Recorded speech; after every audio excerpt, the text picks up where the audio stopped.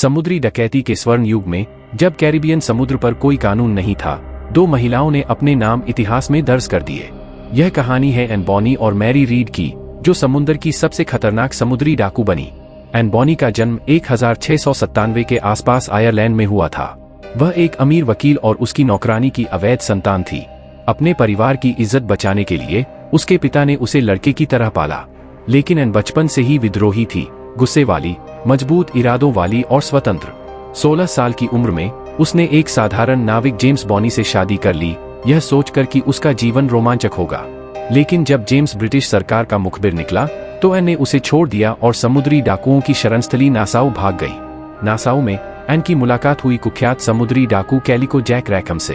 वह चालाक और आकर्षक था, अपनी रंगीन पोशाकों और निडरता के लिए मशहूर। दोनों में प्यार हो गया और एन उसके दल में शामिल हो गई, एक पुरुष के रूप में भेष बदलकर। जब दल को पता चला कि वह एक महिला है तो उन्होंने उसे स्वीकार कर लिया, क्योंकि वह उनसे कहीं ज्यादा बहादुर और कुशल थी।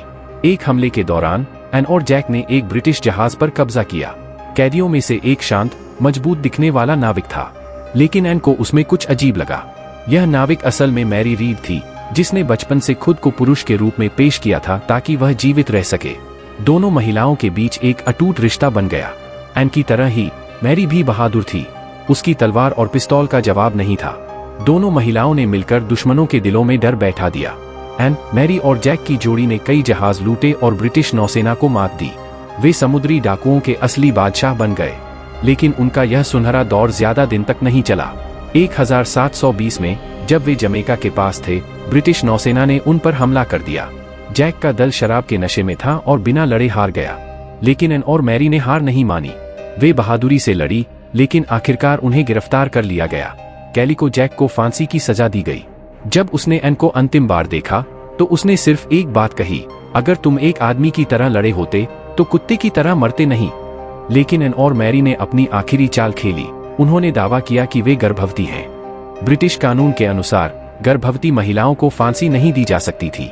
मैरी बीमार पड़ गई और जेल में ही उसकी मौत हो गई, लेकिन एन, वह रहस्यमय तरीके से गायब हो गई। कुछ लोग कहते हैं कि उसके पिता ने उसे छुड़ा लिया। कुछ का मानना है कि वह बच निकली और अमेरिका में एक नया जीवन शुरू किया, लेकिन उसकी असली किस्मत आज भी रहस्य बनी हुई है। एन बॉनी और मैरी रीड ने दुनिया को दिखा दिया कि बहादुरी का कोई जेंडर नहीं होता। वे इतिहास में अमर हो गईं। समुद्री डकैती के स्वर्ण युग की सबसे भयंकर महिलाओं की यह कहानी हमेशा याद रखी जाएगी।